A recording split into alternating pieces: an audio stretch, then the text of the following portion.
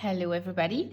I am tagged by Jordi Colors to do the hashtag end of the year 2023. And because the questions were actually quite fun, I wanted to participate.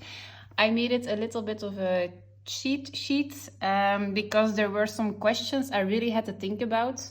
1 year is like nothing in time, but when you look at your pages, it's like 10 years ago you did them. So I had to see on my Instagram account which pages I did in 2023 to fill in all the questions. So the first question was, how many pages did you color in 2023? I think I did around 127 if I counted on my Instagram account, and a double page counted as one. So I think it is, when you count them as 2 pages, it is maybe 140. Normally I do like 8 pages a month, give and take. But because I did a challenge in February, I will mention that in the next question, I did a couple more. So the second question is, which month in 2023 did you color the most pages in, and how many pages was it? So this is the book Estetica Synthetica. Carla Magana came out with this book in February, and it's actually like a sketchbook, and it's actually a fun way to color something quick, not very detailed, not perfectly. So I made myself a challenge to do 1 page every day in this book, and it can take only 30 minutes. So yeah, that's the reason why I did a lot of pages in February. These were like, how many? 31 pages. So these are the pages I did in February and some extra. So it was like a challenge for myself. It took like 30 minutes max. It was just to try out some color combos, to try some gel pens. It was just to see if when I do 1 page every day, it's like Inktober, but with coloring. So I wanted to see if it had any effects on my coloring or my creative mojo. It was a fun challenge, but it's not something I'm going to do in the future anymore, I think. Yeah, I don't think it gives a difference in how well your creative mind works in 1 month. So yeah, this is the book I colored in the most in 2023. The third question is, how many coloring books did you add to your collection? I think around 10 books, and they were gifted to me and self-bought. So I'm somebody who doesn't buy a lot of coloring books, but apparently in 2023 I bought like 5 Carla Magana books out of the 10 books I added to my collection. So yeah, I'm a sucker for Carla Magana, and when she comes out with a new book, I just buy them. And yeah, I finished this one in 1 month, so I had to buy another one, and yeah, I have 5 books.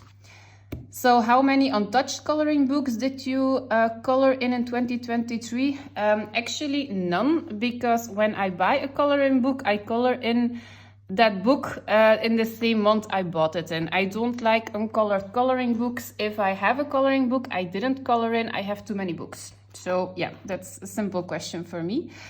What are some kind of your favorite pages you colored in 2023? Okay, so I tried to mark them a little bit. So the first one I marked in this for this question is this one from Carla Magana Tropigat. The pages I'm going to show you are not my most perfectly detailed blended coloring pages. It's actually a page I'm very proud of how it came out, and because of the fun I had in the process. So this was a coloring page. I tried Neocolor IIs in the background. I splattered it with some metallic paint, And I think I like the fact that it is like a blue color palette and then just a little bit hints of orange and purple. So yeah, that's, I don't know why, maybe it's everything together, but this is one of my favorite pages I did in 2023. The second page I am very proud of is this one. It's Fragile World by Kirby Rosans. I like this page because it was a whole page done with Derwent Inktense. I didn't use any color pencils for this one, so I was actually very proud of how this came out. It was a color along of my colorful country life I followed.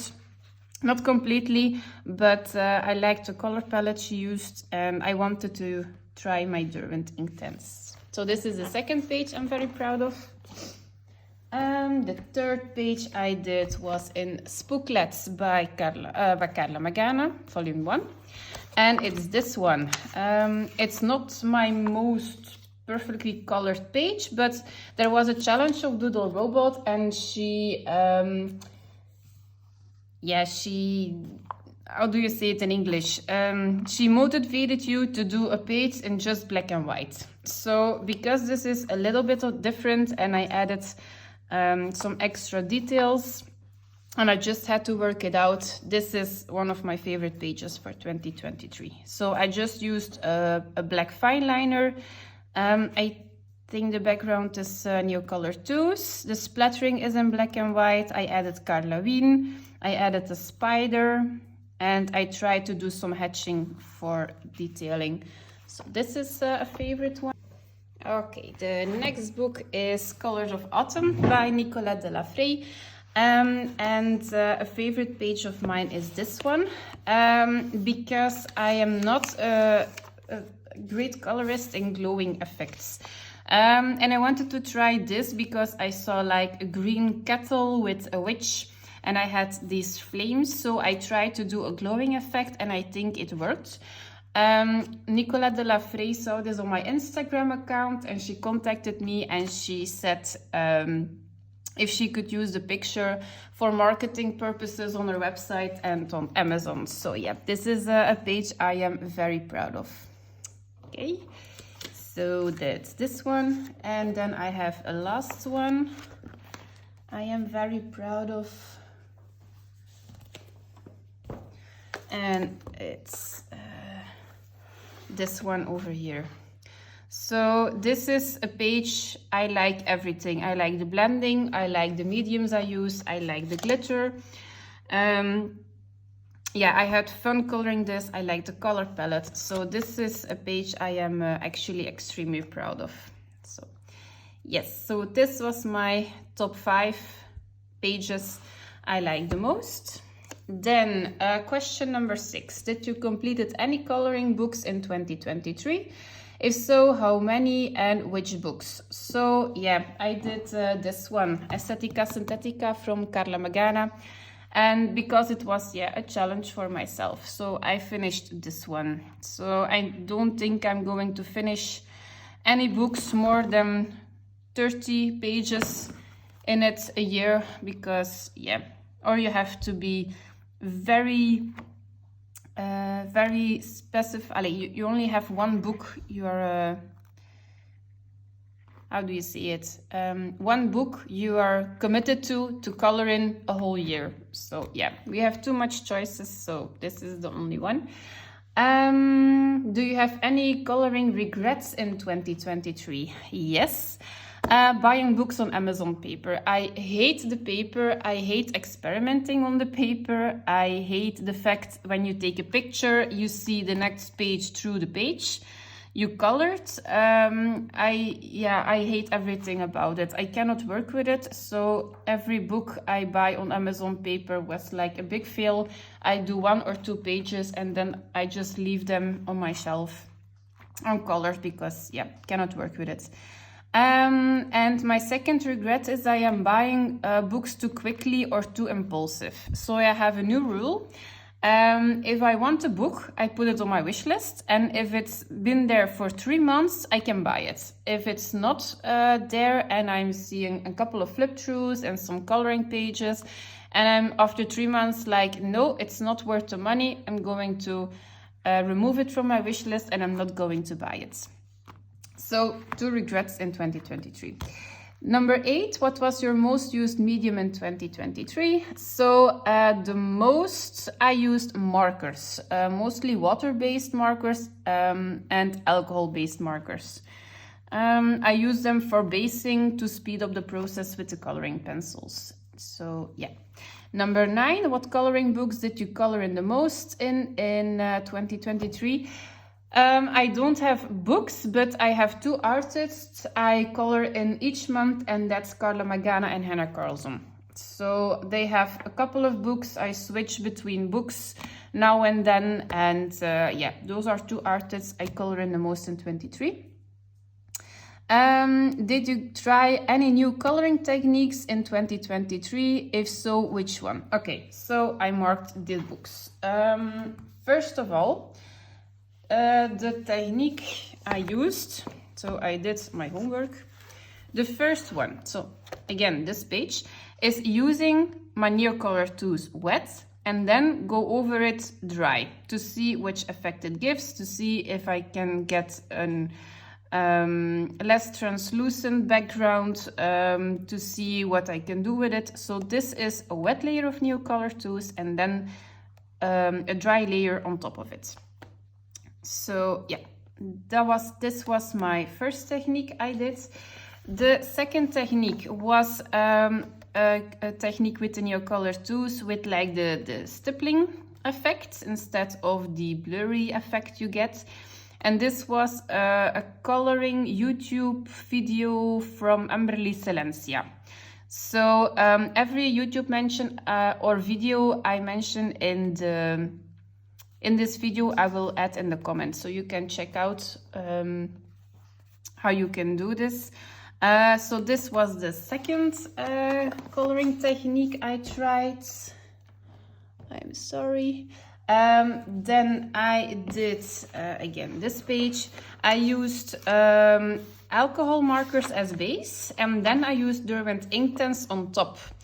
It's like a little bit the effect of the Neocolor II's, but when you put a layer of alcohol markers on the base, it's actually everything is covered. Especially with Amazon paper, you don't have any white spots anymore. You don't have to work as much with the water mediums. So this is alcohol marker with Derwent Inktense on top. This was another technique I tried. Then I tried blending with alcohol markers, but I did everything with a gray marker. So the face, the hair, every shadow you see is actually with a gray marker. And it was a YouTube channel, ADC Art Attack. It was a live stream, and he is like an amazing artist with alcohol markers. And he said you can actually shade everything when you have just some colors and then some shades of gray. So I wanted to try it out. It's, yeah, this is Amazon paper, so I don't know if it is a paper or not. It's not bad, but yeah, like the face, it's not very good, but it actually works. So yeah, this was another technique I tried. Then I tried 2 water-based marker techniques.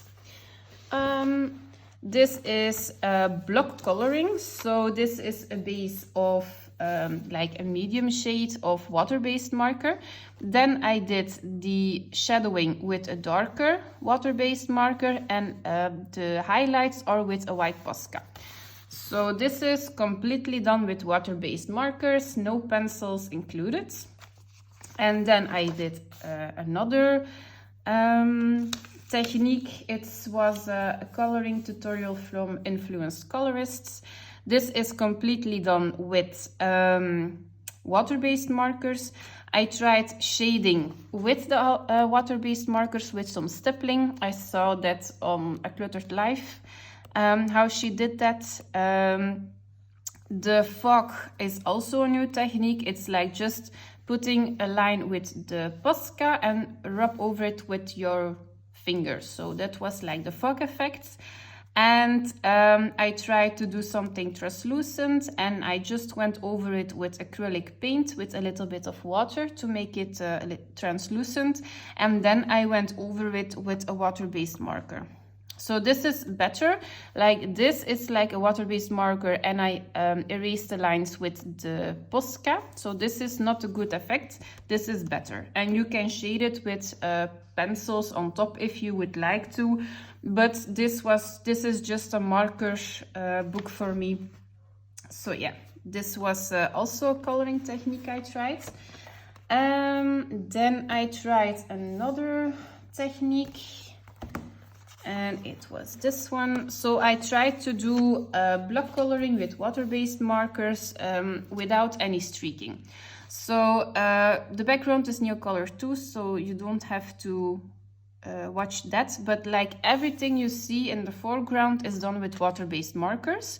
So it was a coloring tutorial of Doodle Robots, and you have to put your first layer vertically, your second layer horizontally. If it doesn't work again, you have to do it diagonally. How do you say it in English? Diagonally, like this, until the streaks are gone. So yeah, this was actually quite a long project because of the layering, but you can get these fine results with just water-based markers. So this was a technique. And then the last technique I tried, for what I can see on my Instagram account, is this. And this one is completely done with water-based markers. The background is soft gel crayons, but like the shading and everything in this is water-based markers. So yeah, you can use this technique very well with detailed pages. If you have big areas, it is a little bit more complicated, but like for this fine line work, it is perfect. So yeah, those were the techniques I did in 2023. Question 11. What are your top 5 coloring books in 2023? Okay, so the first one is Booklets by Carla Magana. 1 second. Booklets. Okay, it's this one. I don't know why, but this is the one I'm gravitating towards a lot lately. It's an older book of hers, but I really like the line work.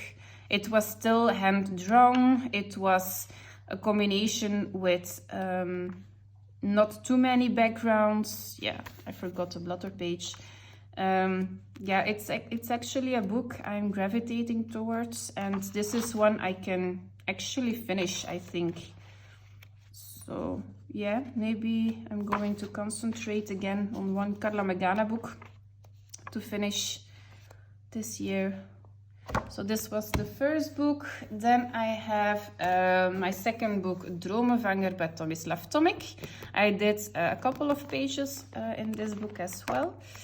I tried a lot of different techniques, like this is all water-based markers. The background is watercolor pencils. Yeah, that's it. This one was water-based markers, pencils on top, Neocolor II in the background. Yeah, I tried some different things.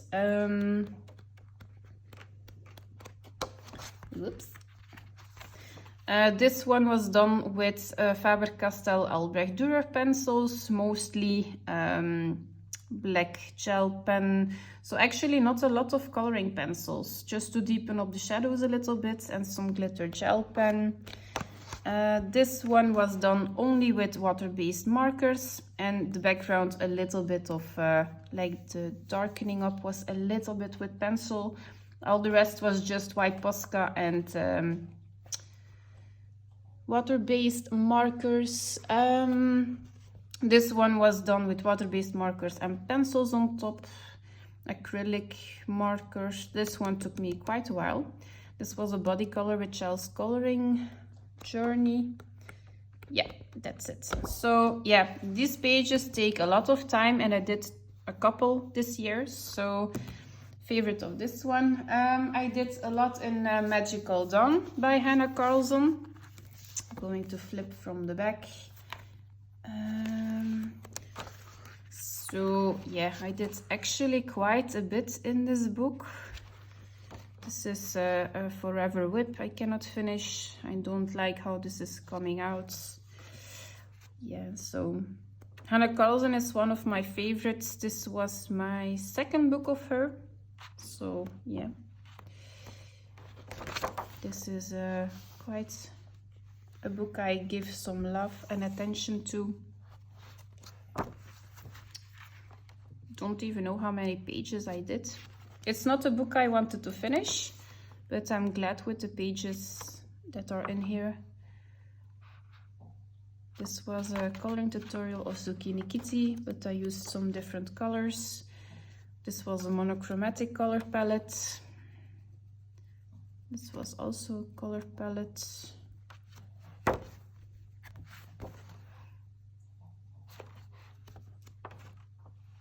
Yeah, did some pages in this one. Zucchini Kitty again. Did this one myself, also very proud of.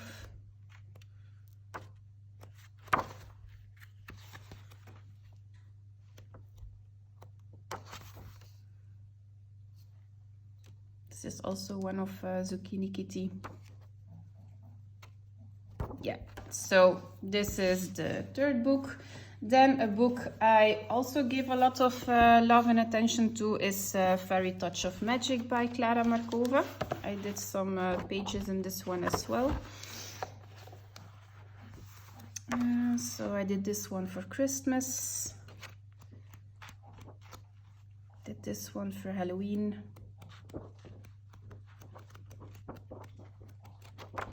Did this one in summer, in July. I did this one for Mermaid.